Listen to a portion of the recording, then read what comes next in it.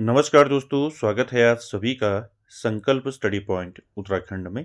तो दोस्तों आज हम देखेंगे हिस्ट्री से। दोस्तों आज का हमारा प्रैक्टिस सेट रहेगा 8 और इससे पहले दोस्तों हिस्ट्री से जो है आपकी 7 प्रैक्टिस सेट कंप्लीट हो चुके हैं, जिनको आप दोस्तों प्लेलिस्ट में जाके देख सकते हैं।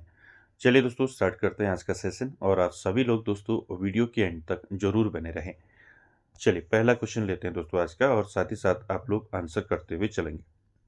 पहला क्वेश्चन क्या है, देखिए पहला क्वेश्चन है लेखन कला की उचित प्रणाली विकसित करने वाली सर्वप्रथम प्राचीन सभ्यता है। आपको बताना है दोस्तों लेखन कला की उचित प्रणाली विकसित करने वाली सबसे प्राचीन सभ्यता कौन सी है। ऑप्शन देखिए सिंधु सभ्यता, मिस्र की सभ्यता, सुमेरिया या फिर चीन। तो क्या हो जाएगा इसका right answer. Question number first का लेखन कला की उचित प्रणाली जो है ये किस सभ्यता ने जो है दोस्तों सबसे पहले विकसित की। तो राइट आंसर हो जाएगा यहाँ पर क्वेश्चन नंबर फर्स्ट का राइट आंसर हो जाएगा सुमेरिया, आपकी यानी कि सुमेरियन सभ्यता। ठीक है, सी ऑप्शन राइट हो जाएगा फर्स्ट का सुमेरिया या सुमेरियन सभ्यता जो है दोस्तों। सुमेरियन जो सभ्यता है ये लेखन कला की सबसे पहली और उचित प्रणाली विकसित करने वाली सभ्यता है। ठीक है, इसी सुमेरिया सभ्यता को जो है क्या कहा जाता है, मेसोपोटामिया की सभ्यता भी कहा जाता है इसको। ठीक है, क्या कहा जाता है, मेसोपोटामिया। ठीक है, मेसो ठीक है, मेसोपोटामिया की सभ्यता के नाम से भी इसको जाना जाता है दोस्तों। ठीक है, इसने सबसे पहले दोस्तों जो सुमेरिया सभ्यता है इसने सबसे पहले जो है कीलाकार लिपि विकसित की थी। कौन सी लिपि विकसित की थी, कीलाकार। कीलाकार कीलाकार जो इनकी जो दोस्तों लिपि थी ये किस प्रकार की थी। ये लिपि दोस्तों गीली मिट्टी की पट्टियों पर कील के आकार के चिन्हों से इसको लिखा जाता था। किसमें लिखा जाता था इसको, गीली मिट्टी में। ठीक है, गीली मिट्टी में लिखा जाता था दोस्तों, याद रखेंगे इसको। गीली मिट्टी पर दोस्तों गीली मिट्टी की पट्टियों पर जो है कील के आकार के चिन्हों से इसको लिखा जाता था। तो याद रखेंगे सबसे पहले जो है दोस्तों सर्वप्रथम जो लेखन कला की जो उचित प्रणाली है वो सुमेरिया सभ्यता ने दोस्तों विकसित की। ठीक है, तो यहाँ पर आपका राइट आंसर सी हो जाएगा। चलिए अगले क्वेश्चन पर चलते हैं। अगला क्वेश्चन क्या है, क्वेश्चन नंबर 2 का आंसर करेंगे। क्वेश्चन नंबर 2 है दोस्तों आर्य शब्द जो है इंगित करता है। तो आप सभी जानते हैं आर्य शब्द क्या इंगित करता है, भाषा समूह को, श्रेष्ठ वंश को, नरजाति समूह को या फिर इनमें से कोई नहीं। तो आप सभी जानते हैं दोस्तों आर्य शब्द जो है दोस्तों ये इंगित करता है श्रेष्ठ वंश को। ठीक है, तो यहाँ पर आपका राइट आंसर क्या हो जाएगा, राइट आंसर हो जाएगा ऑप्शन बी। ठीक है, चलिए अगला क्वेश्चन देखिए, क्वेश्चन नंबर 3। क्वेश्चन नंबर 3 का आंसर कीजिए। क्वेश्चन नंबर 3 है दोस्तों किस वैदिक ग्रंथ में वर्ण शब्द का सर्वप्रथम उल्लेख मिलता है। ठीक है, आपको बताना है किस वैदिक ग्रंथ में जो है वर्ण शब्द जो है इसका सर्वप्रथम उल्लेख मिलता है। ऑप्शन देखिए ऋग्वेद, सामवेद, यजुर्वेद या फिर अथर्ववेद। क्या हो जाएगा दोस्तों यहाँ पर राइट आंसर क्या हो जाएगा, क्वेश्चन नंबर 3 का राइट आंसर हो जाएगा दोस्तों ऋग्वेद। ठीक है, वर्ण शब्द का सर्वप्रथम उल्लेख कहाँ मिलता है, ऋग्वेद में मिलता है दोस्तों। ए ऑप्शन राइट हो जाएगा। ठीक है, याद रखेंगे इसको। चलिए अगला क्वेश्चन देखिए, क्वेश्चन नंबर 4 का आंसर करना है आपने। क्वेश्चन नंबर 4 क्या है देखिए, निम्नलिखित 4 वेदों में से किस एक में जादुई माया और वशीकरण का वर्णन है। ऑप्शन देखिए ऋग्वेद, यजुर्वेद, अथर्ववेद या फिर सामवेद। तो दोस्तों ये सारे मैंने आपको बता रखे हैं। ठीक है, तो यहाँ पर क्या हो जाएगा राइट आंसर, जादुई माया और वशीकरण वाला वेद कौन सा है, तो राइट आंसर हो जाएगा अथर्ववेद। ठीक है, तो यहाँ पर सी ऑप्शन राइट हो जाएगा क्वेश्चन नंबर 4 का। ठीक है, चलिए अगला क्वेश्चन देखिए, क्वेश्चन नंबर 5। क्वेश्चन नंबर 5 में आपने बताना है निम्नलिखित में से कौन सा ब्राह्मण ग्रंथ जो है ऋग्वेद से संबंधित है। ठीक है, आपको बताना है कौन सा ब्राह्मण ग्रंथ जो है ऋग्वेद से संबंधित है। ऑप्शन देखिए ऐत्रेय ब्राह्मण, गोपथ ब्राह्मण, शतपथ ब्राह्मण या फिर तैत्रीय ब्राह्मण। तो दोस्तों यहाँ पर राइट आंसर क्या हो जाएगा 5 का, निम्नलिखित में से कौन सा ब्राह्मण ग्रंथ जो है ऋग्वेद से संबंधित है। तो यहाँ पर राइट आंसर हो जाएगा ऐत्रेय ब्राह्मण जो है ये दोस्तों किससे संबंधित है, ये है आपके ऋग्वेद से संबंधित। ठीक है, तो यहाँ पर ए ऑप्शन राइट हो जाएगा, ऐत्रेय ब्राह्मण जो है ये किससे संबंधित है, ऋग्वेद से संबंधित है। साथ ही साथ दोस्तों ऋग्वैदिक यज्ञों व कर्मकांडों का जो पूर्ण विवरण है ये प्रदान करता है दोस्तों। ठीक है, तो ए ऑप्शन यहाँ पर आपका राइट हो जाएगा। अगला क्वेश्चन देखिए, क्वेश्चन नंबर 6। क्वेश्चन नंबर 6 में बताना है दोस्तों गोपथ ब्राह्मण संबंधित है। जैसे आपने ऊपर देखा कि ऐत्रेय ब्राह्मण किससे संबंधित था? ऋग्वेद से संबंधित था। उसी प्रकार गोपथ ब्राह्मण जो है ये किससे संबंधित है, ये आपको बताना है। तो गोपथ ब्राह्मण किससे संबंधित है बताइए? यजुर्वेद, ऋग्वेद, अथर्ववेद या फिर सामवेद? क्या हो जाएगा इसका राइट आंसर 6 का? गोपथ ब्राह्मण जो है दोस्तों ये संबंधित है आपका अथर्ववेद से। ठीक है, याद रखेंगे ऐत्रेय ब्राह्मण जो है ऋग्वेद से संबंधित है और गोपथ ब्राह्मण जो है ये आपका किससे संबंधित है? अथर्ववेद से संबंधित है। ठीक है, ये गोपथ ब्राह्मण है, ये दोस्तों यह ग्रंथ यज्ञों के अनुष्ठान, ठीक है, और पुरोहितों की भूमिका तथा गायत्री मंत्र की महिमा का वर्णन करता है। ठीक है, याद रखेंगे इसको। चलिए अगला क्वेश्चन देखिए, क्वेश्चन नंबर 7 का आंसर करेंगे दोस्तों। यज्ञ संबंधी विधि विधानों का पता चलता है, कहाँ पता चलता है? ऋग्वेद में, सामवेद में, यजुर्वेद में या फिर इनमें से कोई नहीं? क्या हो जाएगा दोस्तों यहाँ पर 7 का राइट आंसर? यज्ञ संबंधी विधि विधानों का पता चलता है दोस्तों किसमें चलता है? ये चलता है यजुर्वेद में। ठीक है, तो यहाँ पर सी ऑप्शन राइट हो जाएगा दोस्तों क्वेश्चन नंबर 7 का। ठीक है, साथ ही साथ दोस्तों आपको बताते हुए चलो कि ये सारे जो क्वेश्चन हैं आपके वो अकॉर्डिंग टू सिलेबस आपके लिए तैयार किए जा रहे हैं। चलिए अगला क्वेश्चन देखते हैं, क्वेश्चन नंबर 8। इसमें आपको बताना है दोस्तों क्वेश्चन नंबर 8 में भारत के किस स्थल की खुदाई से लौह धातु के प्रचलन के प्राचीनतम साक्ष्य मिले हैं? यानी कि लोहे धातु के प्राचीनतम साक्ष्य यानी कि लौह धातु के प्राचीनतम साक्ष्य जो है ये कहाँ से मिले हैं? तो आपको बताना है। देखिए ऑप्शन देखिए, तक्षशिला, अतरंजी खेड़ा, कौसाम्बी या फिर हस्तिनापुर? क्या हो जाएगा राइट आंसर यहाँ पर दोस्तों? भारत के किस स्थल की खुदाई से लौह धातु के प्रचलन के प्राचीनतम साक्ष्य मिले हैं? दोस्तों प्रारंभिक लौह युग के साक्ष्य मिले हैं, कहाँ से मिले हैं? तो क्वेश्चन नंबर 8 का राइट आंसर हो जाएगा अतरंजी खेड़ा। ठीक है, तो बी ऑप्शन राइट हो जाएगा। अतरंजी खेड़ा से दोस्तों लौह धातु के प्राचीनतम साक्ष्य मिले हैं। देखिए अतरंजी खेड़ा जो है दोस्तों ये एक क्या है? पुरातात्विक स्थल है। ठीक है, क्या है? पुरातात्विक स्थल। ठीक है, पुरातात्विक स्थल है और साथ ही साथ दोस्तों ये कहाँ स्थित है? अतरंजी खेड़ा, ये भी याद रखेंगे। अतरंजी खेड़ा दोस्तों ये उत्तर प्रदेश में काली नदी के तट पर स्थित है। ठीक है, उत्तर प्रदेश में है ये, उत्तर प्रदेश में है स्थल। उत्तर प्रदेश की नदी अगर पूछी जाएगी तो ये है काली नदी के तट पर। ठीक है, तीनों फैक्ट आपको याद रखने, पूछा जाएगा आपको कि अतरंजी खेड़ा जो है क्या है? ये एक पुरातात्विक स्थल है। ठीक है, कहाँ स्थित है? उत्तर प्रदेश में स्थित है। उत्तर प्रदेश के दोस्तों उत्तर प्रदेश में स्थित है और आपको नदी पूछी जाएगी तो याद रखेंगे काली नदी के तट पर ये स्थित है दोस्तों। ठीक है, साथ ही साथ दोस्तों इसकी जो खोज हुई थी अतरंजी खेड़ा की, तो इसको याद रखेंगे। इसकी जो खोज हुई थी दोस्तों वो हुई थी 1961-62 में। ठीक है, 1961 62 के बीच में जो है इसकी दोस्तों क्या हुई थी? खोज हुई थी अतरंजी खेड़ा पुरास्थल की। ठीक है, याद रखेंगे। और यहीं से जो है दोस्तों सबसे पहले जो है लौह युग के साक्ष्य मिले हैं, यानी कि प्रारंभिक लौह युग है उसके साक्ष्य मिले हैं। ठीक है, याद रखेंगे।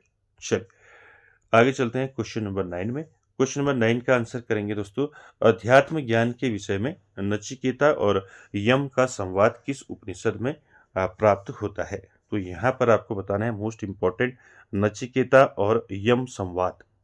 ठीक है, तो दोस्तों यह किस उपनिषद में प्राप्त होता है ये आपको बताना है। ऑप्शन देखिए, कठोपनिषद, छांदोग्य उपनिषद, केन उपनिषद या फिर बृहद्यारण उपनिषद? तो क्या हो जाएगा राइट आंसर यहाँ पर? उपनिषद किस उपनिषद में ये प्राप्त होता है दोस्तों? नचिकेता और यम संवाद। तो 9 का दोस्तों राइट आंसर क्या हो जाएगा? राइट आंसर हो जाएगा इसका कठोपनिषद। ठीक है, तो यहाँ पर ए ऑप्शन इसका राइट हो जाएगा। ठीक है, याद रखेंगे नचिकेता और यम संवाद जो है किस उपनिषद में है? ये है कठोपनिषद में। ठीक है, चलिए अगला है क्वेश्चन नंबर 10।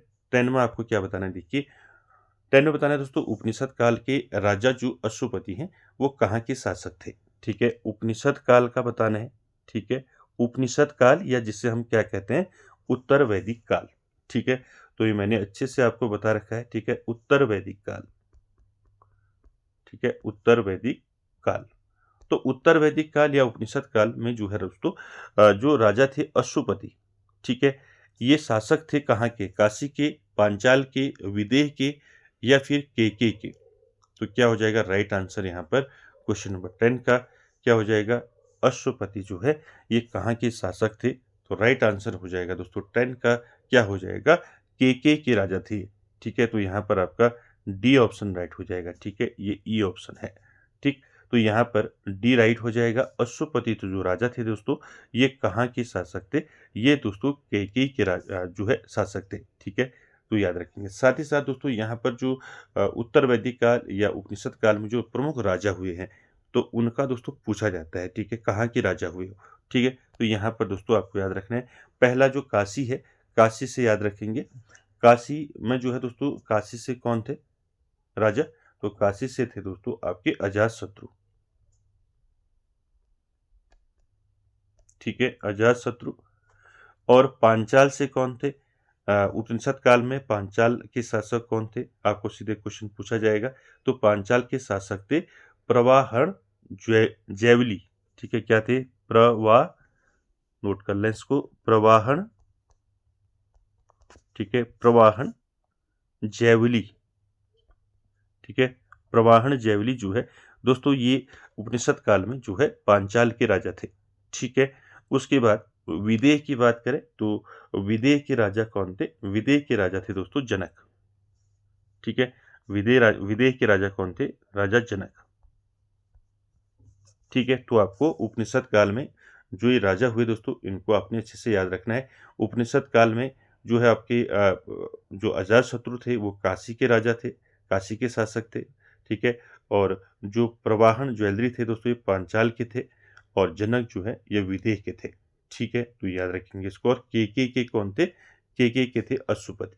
ठीक है, इन सभी को आपने याद रखना है। चलिए आगे चलते हैं क्वेश्चन नंबर 11 में। चलिए क्वेश्चन नंबर 11 की बात करें तो क्वेश्चन नंबर 11 का आंसर करेंगे। क्वेश्चन नंबर 11 है दोस्तों क्या है? देखिए निम्नलिखित में से कौन सा शासक जो है पृथ्वीराज चौहान के नाम से प्रसिद्ध है? तो क्वेश्चन नंबर 11 में क्या बताना है? कौन सा शासक पृथ्वीराज चौहान के नाम से प्रसिद्ध है? ऑप्शन देखिए, पृथ्वीराज प्रथम, पृथ्वीराज द्वितीय, पृथ्वीराज तृतीय या फिर इनमें से कोई नहीं। क्या हो जाएगा राइट आंसर? यहाँ पर 11 का राइट आंसर हो जाएगा दोस्तों पृथ्वीराज तृतीय को बोलते हैं पृथ्वीराज चौहान। ठीक है, तो यहाँ पर राइट आंसर हो जाएगा पृथ्वीराज तृतीय। ठीक है, सी ऑप्शन यहाँ पर राइट हो जाएगा दोस्तों, पृथ्वीराज तृतीय, पृथ्वीराज चौहान। ठीक है, ये आपको इनके बारे में पूछा जाता है। ठीक है, तो ये जो है दोस्तों पृथ्वीराज चौहान जो है ये दिल्ली व अजमेर के अंतिम जो है स्वतंत्र हिंदू राजपूत शासक थे। ठीक है, यानी कि अंतिम जो है स्वतंत्र हिंदू राजपूत। ठीक है, अंतिम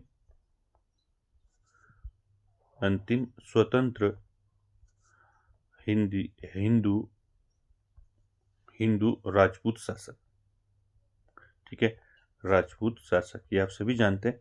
ठीक है, और साथ ही साथ दोस्तों इनके बारे में इनका जो शासनकाल रहा पृथ्वीराज तृतीय का कब से कब तक रहा ये पूछा जा सकता है। तो इनका जो शासनकाल रहा वो रहा आपका 1178 से लेकर आपका कब तक? 1192 तक। ठीक है, इसको याद रखेंगे। ठीक है, 1178 ईस्वी से लेकर 1192 ईस्वी तक जो है पृथ्वीराज चौहान का दोस्तों शासनकाल रहा है। ठीक है, साथ ही साथ दोस्तों इन्होंने जो है 2 युद्ध लड़े थे जो प्रमुख पूछे जाते हैं, तराइन का प्रथम और तराइन का द्वितीय युद्ध। ठीक है, तो ये आपको याद रखना है। पृथ्वीराज चौहान या पृथ्वीराज तृतीय जो है इनके द्वारा 2 युद्ध लड़े गए थे। ठीक है, कौन कौन से? पहला तराइन का युद्ध लड़ा गया था, तराइन का। ठीक है, तराइन का जो पहला युद्ध था, ठीक है, ये कब हुआ था? आपको याद रखना है, ये हुआ था 1191 में। ठीक है, 1191 ईस्वी में हुआ था। और जो दूसरा हुआ था तराइन का जो दूसरा युद्ध हुआ था वो हुआ था 1192 ईस्वी में। ठीक है, आपको याद रखना है। तो यहाँ पर दोस्तों दोनों युद्धों में जो है पृथ्वीराज की विजय कब हुई और किसमें पृथ्वीराज हारे थे, तो ये दोनों पूछा जाता है। ठीक है, तो याद रखेंगे तराइन का जो पहला युद्ध हुआ था यानी कि 1191 ईस्वी में जो युद्ध हुआ था इसमें पृथ्वीराज चौहान क्या हुए थे? विजयी हुए थे, यानी कि जीते थे पृथ्वीराज चौहान तराइन के प्रथम युद्ध में। लेकिन तराइन के द्वितीय युद्ध में पृथ्वीराज चौहान जो है पराजित हो गए थे। ठीक है, इसको याद रखेंगे। क्लियर है? चलिए आगे चलते हैं क्वेश्चन नंबर 12 में। 12 का आंसर करना है दोस्तों। 12 में पूछा गया है हम्मीर महाकाव्य में चौहानों को बताया गया है। दोस्तों हम्मीर महाकाव्य में जो है जो चौहान थे दोस्तों, चौहानों को क्या बताया गया है? चंद्रवंशी बताया गया है, यदुवंशी बताया गया है, सूर्यवंशी बताया गया है या फिर ब्राह्मण बताया गया है? क्या हो जाएगा राइट आंसर इसका? हम्मीर महाकाव्य दोस्तों ये जैन विद्वान नैचन सूरि द्वारा रचित प्रसिद्ध जो है संस्कृत ग्रंथ है, हम्मीर महाकाव्य। ठीक है, यहाँ से भी आपको पूछा जा सकता है जो हम्मीर महाकाव्य है ये क्या है दोस्तों?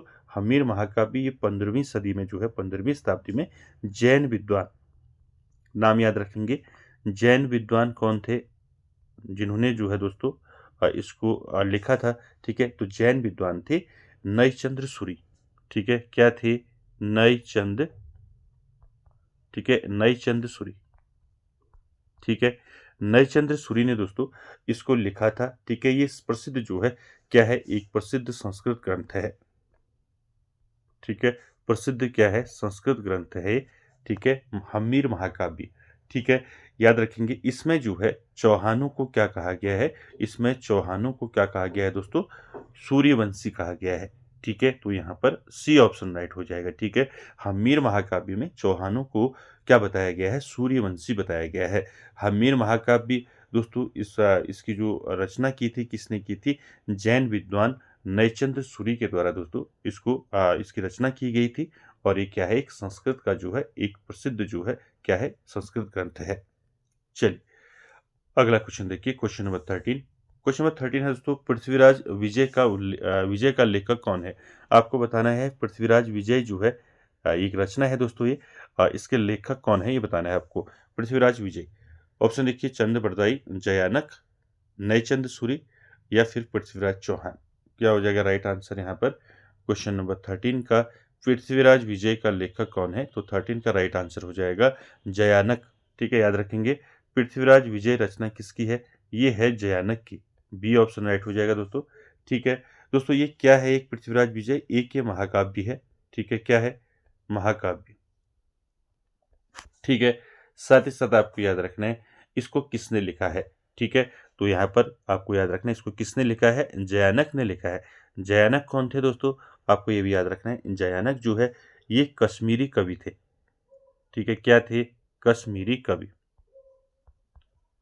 ठीक है, ये थे कश्मीरी कवि जयानक। इनका दोस्तों महाकाव्य है पृथ्वीराज विजय, इसको याद रखेंगे। और ये किस में लिखा गया है? संस्कृत में लिखा गया है। ठीक है, संस्कृत में लिखा गया है। साथ ही साथ आपको याद रखना है ये किसका वर्णन करता है दोस्तों? ये याद रखेंगे पृथ्वीराज तृतीय। ठीक है, अभी मैंने जिसकी बात बताई थी ऊपर आपको, पृथ्वीराज तृतीय के बारे में ये जानकारी देता है। पृथ्वीराज तृतीय के जीवन और उपलब्धियों का ये वर्णन करता है दोस्तों पृथ्वीराज विजय। किसकी रचना है?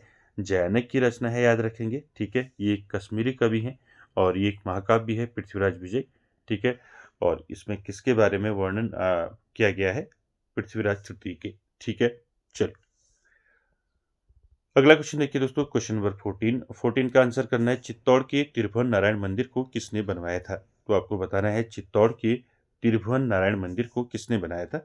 ऑप्शन देखिए, राणा प्रताप ने, राजा धंग ने या फिर राजा भोज ने या पृथ्वीराज चौहान ने। क्या हो जाएगा राइट आंसर यहाँ पर 14 का? चित्तौड़ के त्रिभुवन नारायण मंदिर को किसने बनवाया? ठीक है, चित्तौड़ आप जानती हैं राजस्थान की बात हो रही है, तो चित्तौड़ राजस्थान के त्रिभुवन नारायण मंदिर को किसने बनवाया? तो 14 का राइट आंसर हो जाएगा राजा भोज। ठीक है, सी ऑप्शन यहाँ पर राइट हो जाएगा। राजा भोज ने दोस्तों चित्तौड़ के त्रिभुवन नारायण मंदिर को बनवाया था। ठीक है, चित्तौड़ राजस्थान में स्थित है। ठीक है, साथ ही साथ जो आपका ये त्रिभुवन नारायण मंदिर है दोस्तों, इसके बारे में आपको याद रखना है। त्रिभुवन नारायण मंदिर दोस्तों इसका निर्माण किसने करवाया था? राजा भोज ने कराया था। ठीक है, राजा भोज दोस्तों ये किस वंश के थे? किसके थे? यानी कि ये कौन से राजा थे? परमार राजा थे। ठीक है, परमार वंश के। ठीक है, परमार राज्य थे। ठीक है, राजा भोज। और साथ ही साथ दोस्तों याद रखेंगे इसका जो निर्माण हुआ था त्रिभुवन नारायण मंदिर का, ये हुआ था 11वीं शताब्दी में। ठीक है, 11वीं शताब्दी में दोस्तों इसका क्या हुआ था? निर्माण हुआ था। ठीक है, याद रखेंगे इसको। तो दोस्तों याद है त्रिभुवन नारायण मंदिर को किसने बनवाया था? राजा भोज ने। चलिए अगला क्वेश्चन देखिए, क्वेश्चन नंबर 15 में बताना है दोस्तों पाल वंश का संस्थापक कौन था? पाल वंश, ठीक है, आप सभी ने पढ़ा है। पाल वंश का संस्थापक कौन था? धर्मपाल, देवपाल, गोपाल, रामपाल। राइट आंसर क्या हो जाएगा 15 का? तो आप सभी जानते हैं पाल वंश का संस्थापक कौन था? गोपाल। ठीक है, तो यहाँ पर सी ऑप्शन राइट हो जाएगा। ठीक है, बात करें दोस्तों पाल वंश की, तो पाल वंश का जो शासन रहा है वो कब से कब तक रहा है ये भी याद रखना है। ठीक है, 750 ईस्वी से लेकर आपको याद रखना है 1174 तक जो है आपका क्या रहा? पाल वंश का शासन रहा। ठीक है, साथ ही साथ दोस्तों आपको याद रखना है, ठीक है, पाल वंश की स्थापना किसने की? तो पाल वंश की स्थापना दोस्तों 1750 में किसके द्वारा की गई? गोपाल के द्वारा। ठीक है, इसको याद रखेंगे। दोस्तों पाल वंश बंगाल और बिहार में स्थित एक जो है प्रमुख भारतीय राजवंश था दोस्तों ये पाल वंश। ठीक है, चलिए अगला देखिए क्वेश्चन नंबर 16 में आपको बताना है विक्रमशिला नामक प्राचीन विश्वविद्यालय की स्थापना बंगाल के किस शासक ने की? आपको बताना है विक्रमशिला नामक प्राचीन विश्वविद्यालय की स्थापना जो है बंगाल के किस शासक ने की? ऑप्शन देखिए गोपाल, धर्मपाल, देवपाल या फिर महिपाल। क्या हो जाएगा राइट आंसर? क्वेश्चन नंबर 16 का राइट आंसर हो जाएगा दोस्तों विक्रमशिला नामक, यानी कि जो विक्रमशिला विश्वविद्यालय है इसकी जो स्थापना की थी वो की थी धर्मपाल ने। ठीक है, तो यहाँ पर बी ऑप्शन राइट हो जाएगा। धर्मपाल जो है ये पाल वंश के शासक थे।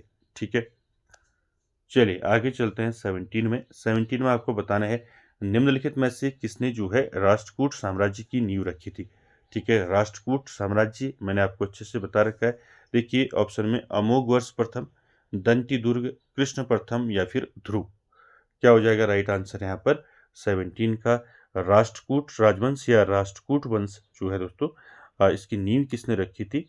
तो याद रखेंगे इसकी जो स्थापना की थी दोस्तों किसने की थी? दंती दुर्ग ने की थी। ठीक है, दंती दुर्ग यानी कि आपका ऑप्शन बी राइट हो जाएगा। ठीक है, बात करें राष्ट्रकूट वंश की, तो राष्ट्रकूट वंश या राष्ट्रकूट साम्राज्य जो है इसने दोस्तों कब से कब तक शासन किया?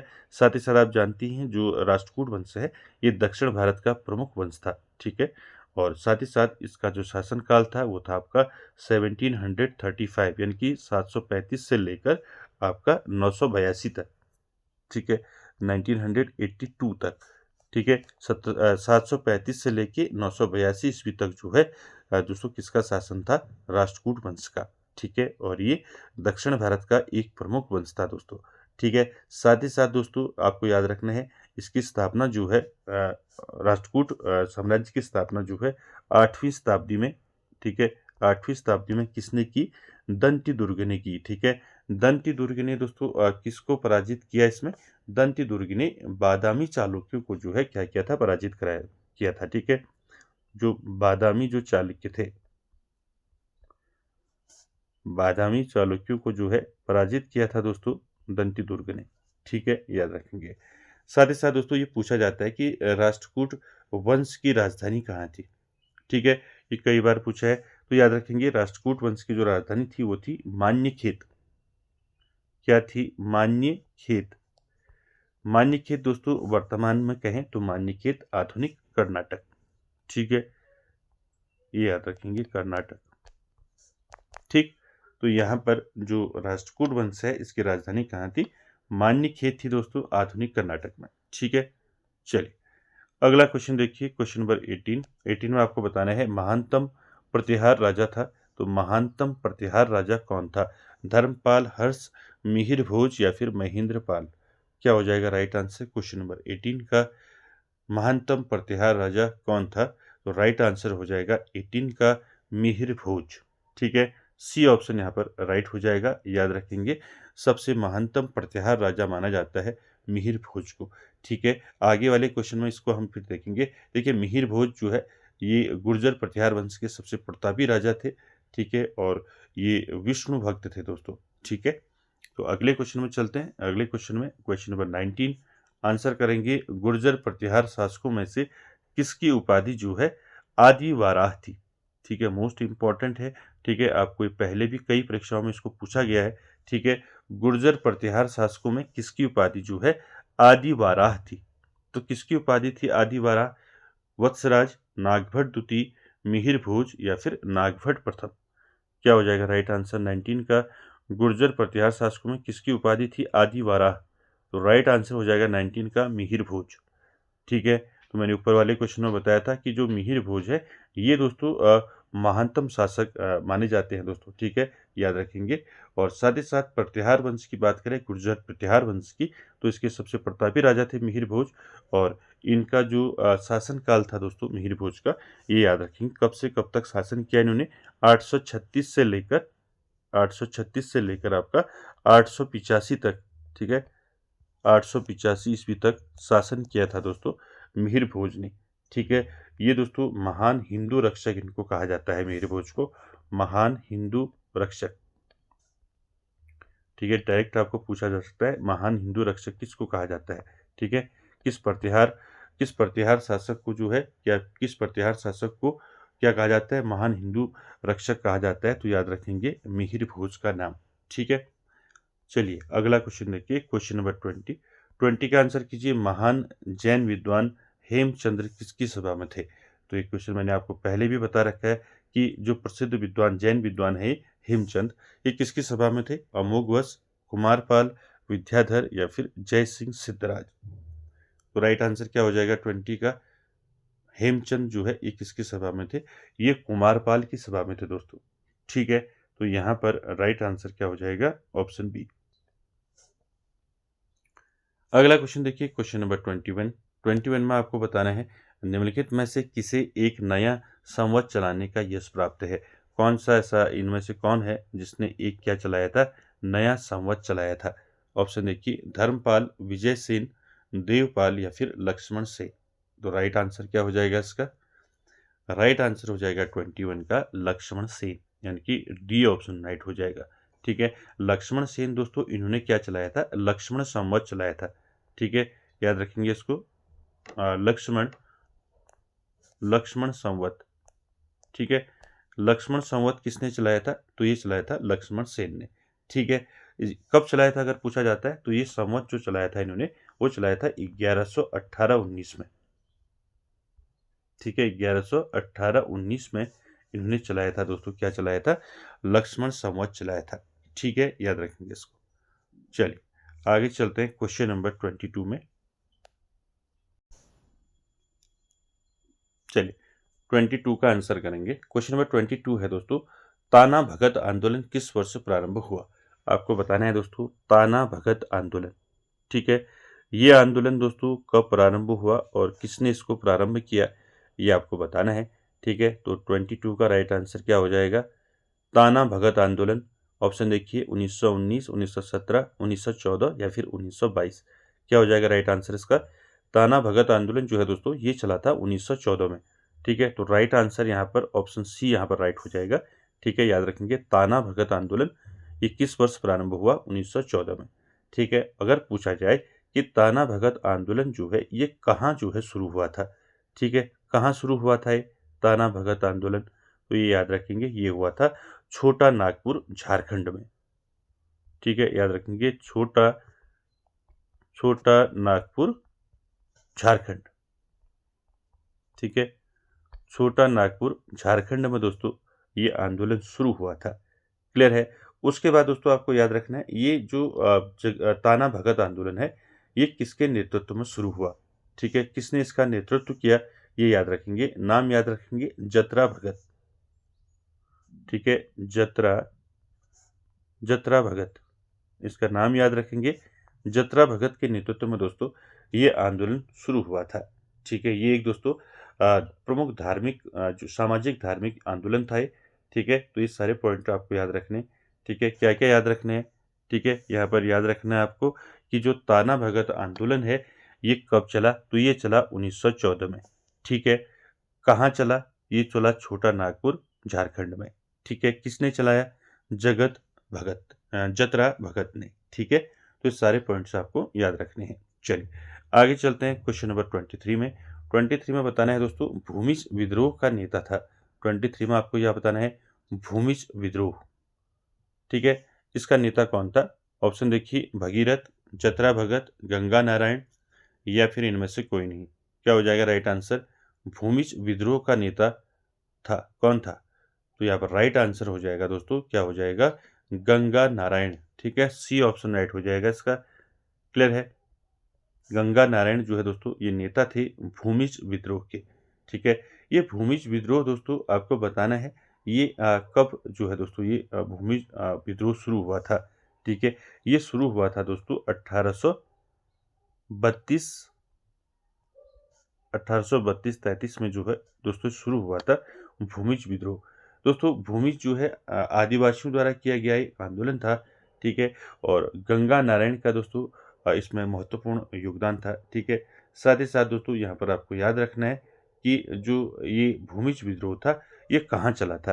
तो ये दोस्तों कहाँ चला था भूमिज विद्रोह, ये झारखंड और पश्चिम बंगाल में चला था। ठीक है, झारखंड, ठीक है, और पश्चिम बंगाल, ठीक है, वेस्ट बंगाल।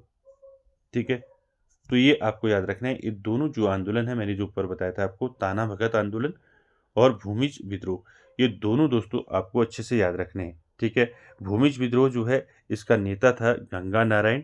कब चला ये? 1832-33 में झारखंड और पश्चिम बंगाल में। ठीक है, क्लियर है, इतना आपको याद रखना है। और ये कैसा आंदोलन था? ये दोस्तों आदिवासियों द्वारा किया गया विद्रोह था। ठीक है, आदिवासियों द्वारा किया गया विद्रोह था भूमिज विद्रोह। चलिए आगे चलते हैं 24 में। 24 में आपको आंसर करना है, इनमें से वह नेता प्रथम नेता कौन था जिसने भारत में मजदूर आंदोलन को संगठित किया? तो आपको बताना है इनमें से वह प्रथम नेता कौन था जिसने भारत में मजदूर आंदोलन को संगठित किया। चलिए आंसर कीजिए। ऑप्शन देखिए, BP Walia, NM Lokhande, NG Ranga, या फिर इनमें से कोई नहीं। क्या हो जाएगा इसका राइट आंसर? राइट आंसर हो जाएगा 24 का एनएम लोखंडे।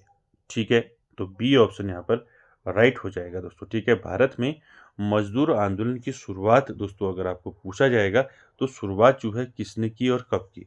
तो किसने की तो आप समझ गए कि इसको एनएम लोखंडे ने जो है दोस्तों क्या किया, इसको संगठित किया मजदूर आंदोलन को। तो याद रखेंगे भारत में मजदूर आंदोलन की जो शुरुआत हुई, ठीक है, शुरुआत हुई कब हुई? तो शुरुआत हुई दोस्तों 1890 में। ठीक है, 1890 में दोस्तों भारत में जो है क्या हुआ, मजदूर आंदोलन की शुरुआत हुई और किसके द्वारा की गई? याद रखेंगे एनएम लोखंडे के द्वारा। ठीक है, याद रखेंगे तीनों चीज। चलिए आगे चलिए क्वेश्चन नंबर 25 में। 25 में आंसर करना है, वाराणसी में प्रथम संस्कृत महाविद्यालय की स्थापना किसने की थी? ऑप्शन देखिए, Jonathan Duncan, Warren Hasting, Lord Macaulay, या फिर बंकिम चंद। क्या हो जाएगा इसका राइट आंसर 25 का? वाराणसी में प्रथम संस्कृत महाविद्यालय की स्थापना किसने की थी? तो ऑप्शन राइट आंसर क्या हो जाएगा आपका? Jonathan Duncan. ठीक है, ए ऑप्शन राइट हो जाएगा। वाराणसी में जो प्रथम संस्कृत महाविद्यालय है उसकी स्थापना किसने की? जोनाथन डंकन के द्वारा की गई। ठीक है, चलिए अगला क्वेश्चन देखिए 26, इसका आंसर कीजिए। 26 है दोस्तों, निम्नलिखित अंग्रेजों में कौन था जिसने सर्वप्रथम भगवत गीता का अंग्रेजी में अनुवाद किया था? आपको बताना है कौन सा यहाँ पर निम्नलिखित में कौन था अंग्रेज जिसने सर्वप्रथम भगवत गीता का अंग्रेजी में अनुवाद किया था। ऑप्शन देखिए, विलियम जोन्स, चार्ल्स विल्किंस, या फिर जॉन मार्शल, या फिर इनमें से कोई नहीं। तो राइट आंसर क्या हो जाएगा? निम्नलिखित अंग्रेजों में कौन था जिसने सर्वप्रथम भगवत गीता का अंग्रेजी में अनुवाद किया था? राइट आंसर हो जाएगा दोस्तों 26 का चार्ल्स विल्किंस। ठीक है, बी ऑप्शन यहाँ पर आपका राइट हो जाएगा दोस्तों। ठीक है, चलिए अगले क्वेश्चन पे चलते हैं, क्वेश्चन नंबर 27। चलिए 27 का आंसर करेंगे, ब्रिटिश सरकार के किस अधिनियम ने सबसे पहली बार भारत में शिक्षा के लिए 1 लाख रुपये दिए थे?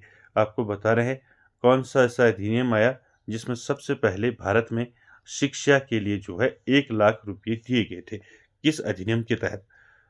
ऑप्शन देखिए, वुड्स का डिस्पैच 1854 में आया, चार्टर अधिनियम 1813, चार्टर अधिनियम 1853, या फिर भारतीय परिषद अधिनियम 1892 1892। तो राइट आंसर क्या हो जाएगा यहाँ पर? ब्रिटिश सरकार के किस अधिनियम ने सबसे पहले भारत में शिक्षा के लिए 1 लाख रुपये दिए थे? तो ये किसके अंतर्गत था? तो राइट आंसर क्या हो जाएगा 27 का? चार्टर अधिनियम 1813। ठीक है, बी ऑप्शन यहाँ पर राइट हो जाएगा। चार्टर अधिनियम 1813 के तहत पहली बार भारत में शिक्षा के लिए जो है कितने रुपये दिए गए? 1 लाख रुपये दिए गए। ठीक है, चलिए अगला क्वेश्चन देखिए 28 का आंसर कीजिए। सैडलर आयोग संबंधित है। तो सैडलर आयोग दोस्तों आप सभी ने पढ़ा है, ठीक है। पहले मैंने आपको बता रखा है, एलटी के दौरान भी बताया था सैडलर आयोग, ठीक है। तो ये किससे संबंधित है? शिक्षा से, राजस्व, न्यायपालिका या फिर पुलिस प्रशासन से? तो यहाँ पर राइट आंसर क्या हो जाएगा? सैडलर आयोग दोस्तों ये किससे संबंधित है? ये है शिक्षा से संबंधित, ठीक है। ए ऑप्शन राइट हो जाएगा। सैडलर आयोग किससे संबंधित है? शिक्षा से संबंधित है, ठीक है। सैडलर आयोग कब आया दोस्तों? ये आया 1917 में, 1917 में आया सैडलर आयोग, ठीक है। और इसको दोस्तों, इस सैडलर आयोग को जो है क्या कहा जाता है? इसको कलकत्ता विश्वविद्यालय आयोग भी कहा जाता है, ठीक है। ये भी याद रखेंगे, ठीक है। कलकत्ता विश्वविद्यालय, ठीक है। कलकत्ता विश्वविद्यालय आयोग भी कहते हैं इसको, ठीक है। याद रखेंगे इसको। साथ ही साथ दोस्तों आपको याद रखना है कि जो सैडलर आयोग है, इसको डॉक्टर एम ई सैडलर के नेतृत्व में भारत में शिक्षा सुधार के लिए गठित किया गया था, ठीक है। किसके नेतृत्व में? डॉक्टर एम ई सैडलर के नेतृत्व में, ठीक है। चलिए अगला क्वेश्चन देखिए 29 में आंसर करना है। भारत में प्रथम 3 विश्वविद्यालय कलकत्ता, मद्रास और बम्बई की स्थापना कब हुई थी? तो आपको बताना है भारत में प्रथम जो 3 विश्वविद्यालय खोले गए, कलकत्ता, मद्रास और बम्बई, ये कब स्थापित हुए? तो यहाँ पर ऑप्शन देखिए 1857, 1881 या फिर 1885 या फिर 1905। तो यहाँ पर क्या हो जाएगा राइट आंसर? 3 विश्वविद्यालय कलकत्ता, मद्रास और बम्बई की जो स्थापना हुई थी वो हुई थी 1857 में, ठीक है। तो यहाँ पर ए ऑप्शन राइट हो जाएगा दोस्तों, ठीक है। उसके बाद अगला क्वेश्चन देखिए, क्वेश्चन नंबर 30 और आज का आखिरी क्वेश्चन।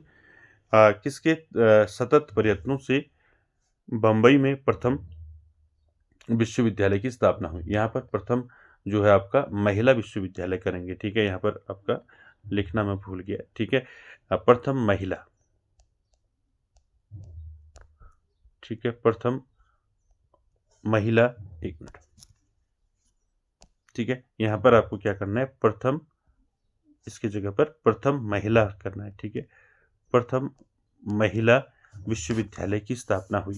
तो यहाँ पर बताना है किसके सतत प्रयत्नों से बम्बई में, ठीक है, प्रथम जो है महिला विश्वविद्यालय की स्थापना हुई थी। ऑप्शन देखिए रमाबाई, डी के कर्वे, गोविंद रानडे या फिर इनमें से कोई नहीं। तो क्या हो जाएगा राइट आंसर? बम्बई यानी कि मुंबई आधुनिक, ठीक है। तो बम्बई में प्रथम जो महिला विश्वविद्यालय था, इसकी स्थापना जो है किसने की थी? डी के कर्वे के द्वारा की गई थी, ठीक है। तो यहाँ पर आपका बी ऑप्शन राइट हो जाएगा। डी के कर्वे यानी कि ढोंडो केशव कर्वे इनका पूरा नाम है, ढोंडो केशव कर्वे, ठीक है। इन्होंने जो है जो महिला विश्वविद्यालय है उसकी स्थापना कब की थी पूछा जाएगा। तो दोस्तों बम्बई में प्रथम महिला विश्वविद्यालय की जो स्थापना है उसको दोस्तों स्थापना कब की गई? डी के कर्वे द्वारा, याद रखेंगे 1916 में, ठीक है। 1916 में मुंबई में दोस्तों प्रथम महिला विश्वविद्यालय की स्थापना की गई, किसके द्वारा? डी के कर्वे के द्वारा, ठीक है। डी के कर्वे का पूरा नाम क्या है? ढोंडो केशव कर्वे, ठीक है, याद रखेंगे। तो दोस्तों ये थे 30 क्वेश्चन। आई होप आप सभी को अच्छे लगे होंगे क्योंकि ये सारे क्वेश्चन आपके सिलेबस के अकॉर्डिंग हैं। और वीडियो को एंड तक देखने के लिए थैंक यू वेरी मच।